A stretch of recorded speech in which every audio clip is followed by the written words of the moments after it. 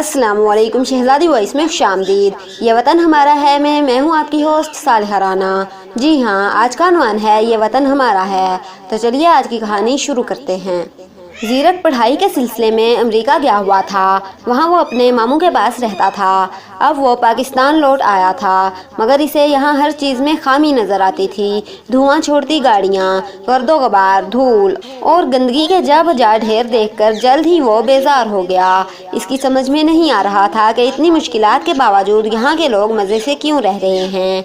फिर एक दिन जब यूपीएस ख़राब था तो लाइट चली गई। इस वक्त सारे घर वाले मौजूद थे और ज़ीरक की दिलजोई कर रहे थे कि छोटी मोटी खराबियाँ तो हर जगह होती हैं और फिर अपना वतन तो अपना होता है। मगर अचानक लाइट जाने से ज़ीरक का मिजाज ख़राब हो गया और उफ़, इतनी गर्मी है, हमारी लाइट क्यों चली गई? क्या वायरिंग में कोई ख़राबी पैदा हो गई है? ज़ीरक ने अपनी पेशानी से पसीना साफ करते हुए कहा, अरे भाई, किसी इलेक्ट्रीशियन को बुलाओ। ज़ीरक के घर वालों ने इसे तफसील से बताया कि ये लोड शेडिंग है। इस वक्त सिर्फ हमारा घर ही नहीं बल्कि सारा इलाका तारीकी की लिपट में है।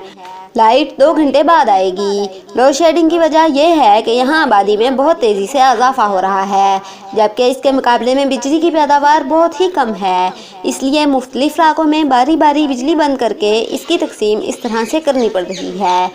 इसका मतलब है कि इस शहर में कोई काम मनसूबा बंदी से नहीं हो रहा।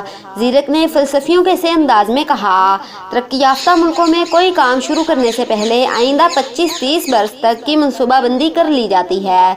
घर के तमाम लोग ज़ीरक को तरह तरह से बहलाने की इस वक्त तक कोशिश करते रहे, जब तक कि लाइट ना आ गई। 2 घंटे ज़ीरक इंतहाई परेशान और बेचैन रहा। असल में बिजली आ जाना इसके लिए तो एक अजूबा ही था। ज़ीरक की अम्मी ने सोचा ज़ीरक को करीबी मार्केट से घुमा कर लाना चाहिए, शायद इसका दिल बहल जाए। वो इसे अपने साथ लेकर पैदल ही मार्केट की तरफ रवाना हो गई। रास्ते में इन्हें एक पार्क नज़र आया जिसका गेट और बेंचें टूटी हुई थीं और 2 गधे घूम रहे थे। वो दोनों बातें करते हुए गोश्त मार्केट में दाखिल हो गए। बदबू के एक भुक्के ने इनका इस्तकबाल किया। गोश्त फरोश ग्राहकों को मतवज्जा करने के लिए आवाज़ें लगा रहे थे। गोश्त फौलादी कांटों के ज़रिए से लटक रहा था और इन पर मक्खियाँ भिनभिना रही थीं। कसाईयों ने शीशे अपनी दुकानों के पास फेंक दिए थे, इसलिए बेशुमार मक्खियाँ फर्श पर भिनभिना रही थीं। वहाँ बिल्लियों की भी बहुतायत थी जो शीशे खाने के लिए एक दूसरे पर बुरी तरह गुर्रा रही थीं। एक बिल्ली अचानक ज़ीरक की टांगों के दरमियान से निकलकर दूसरी बिल्ली पर झपटी तो ज़ीरक उछलकर एक तरफ हो गया। अम्मी, यहाँ से चलिए, ये तो मक्खियों का खाया हुआ गोश्त है, जहर आलूद है, इसे खाकर तो हम बीमार हो जाएंगे। ज़ीरक ने बड़े तशवीशनाक लहजे में कहा, तुम्हारी बात दुरुस्त है। इसकी अम्मी ने इससे इत्तफाक किया, इसीलिए मैं हमेशा गोश्त घर ले जाकर कम से कम 3-4 बार ज़रूर धोती हूँ। ज़ीरक ने कहा, लेकिन अम्मी, ये गोश्त खाने के काबिल नहीं है, आप और कुछ ले लीजिए। ज़ीरक की अम्मी एक ऊंचे चबूतरे के पास जाकर रुकी जहाँ एक काला भुजंग कसाई बैठा पान चबा रहा था। इसने माँ बेटे को देखते ही पान की पैक गर्दन घुमाकर फर्श पर थूकी और हाथ से मुंह पूंछकर बोला, आओ खाला, कितना गोश्त तोल दूं? अम्मी, इस गंदे कसाई से गोश्त नहीं लीजिएगा। ज़ीरक सरगोशी में बोला, तुम फिक्र ना करो, मैं इसे 5 बार धो लूँगी। उन्होंने तसल्ली दी। गोश्त मार्केट की दीवारें और फर्श पान की पेकों की वजह से इस कदर कराहत अमेज थे कि इन्हें देख देख कर ज़ीरक को अबकाई आ रही थी। वो मार्केट से निकलकर वापस घर जा रहे थे कि करीब से मुसाफिरों से भरी एक बस धुआं उड़ाती हुई आई। ज़ीरक नाक में धुआं जाने की वजह से खांसने लगा। धुएं से ज़्यादा परेशानी इसे इन मुसाफिरों को देखकर हो रही थी जो बस की छत पर बैठकर सफ़र कर रहे थे। ला कानूनियत, ला कानूनियत, ज़ीरक कह रहा था। इस शहर में लोग बसों की छतों पर बैठकर सफ़र करते हैं। ओह माय गॉड, किसी महज़िब मुल्क में तो इसका तसव्वुर भी नहीं किया जा सकता। अब माँ बेटा दोनों अपने घर के करीब पहुँच चुके थे कि ज़ीरक घबरा गया और इसके मुंह से बेरब्त आवाज़ें निकलने लगी। क्या हुआ बेटे? इसकी अम्मी ने चौंक कर पूछा। वो कूड़ा उठाने वाली गाड़ी देखिए, बिल्कुल खुली हुई है। इसकी वजह से फ़िज़ा में किस कदर बदबू फैली हुई है। लातादाद जरासीम फ़िज़ा में उड़ रहे हैं और हमें नुकसान पहुँचा रहे हैं। और देखिए, गाड़ी से कचरा भी रास्ते में गिरता जा रहा है। زیرک کی امی کی سمجھ میں نہ آیا کہ وہ کیا کہہ رہا ہے۔ بہرحال انہوں نے اسے تسلی دیتے ہوئے کہا، بیٹا تمہیں کوئی نقصان نہیں ہوگا، میں سب دیکھ لوں گی۔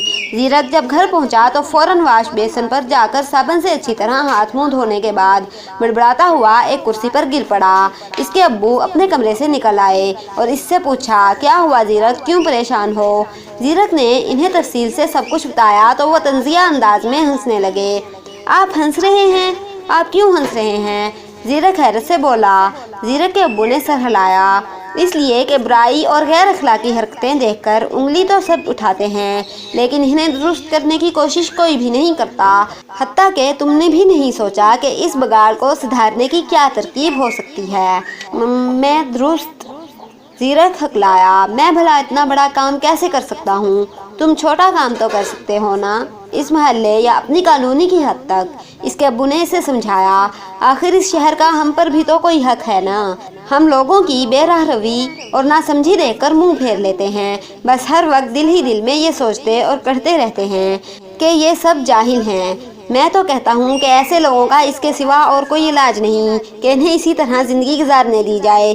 زیرک نے ناگواری سے کہا، اس کا مطلب یہ ہے کہ تم برائی ختم کرنا نہیں چاہتے۔ اس کے ابو نے سنجیدگی سے کہا، ہمیں برائی کو اپنی اچھائیوں سے ختم کرنا چاہیے، سیاہی کو سیاہی سے نہیں بلکہ سفیدی سے ختم کیا جاتا ہے۔ ابو کی باتیں سن کر اچانک زیرک کا ذہن تبدیل ہو گیا۔ وہ بولا، اوکے ڈیڈ، آپ ٹھیک کہہ رہے ہیں، میں اب یہیں رہوں گا۔ یہ بتائیے کہ مجھے کیا کرنا چاہیے؟ تم ایک چھوٹی سی تنظیم بناؤ، اپنے ساتھ دوسرے لڑکوں کو بھی ملاؤ اور پھر کسی ایک چیز کو درست کرو، مثلاً صفائی ستھرائی کی طرف توجہ دو۔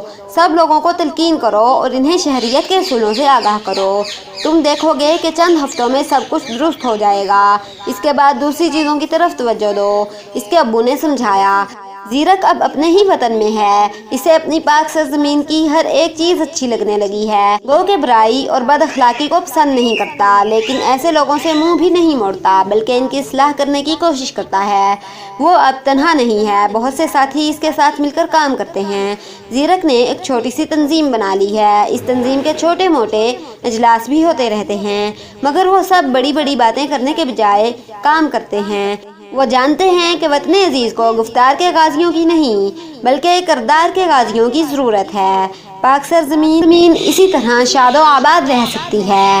ختم شد۔ پاکستان زندہ باد۔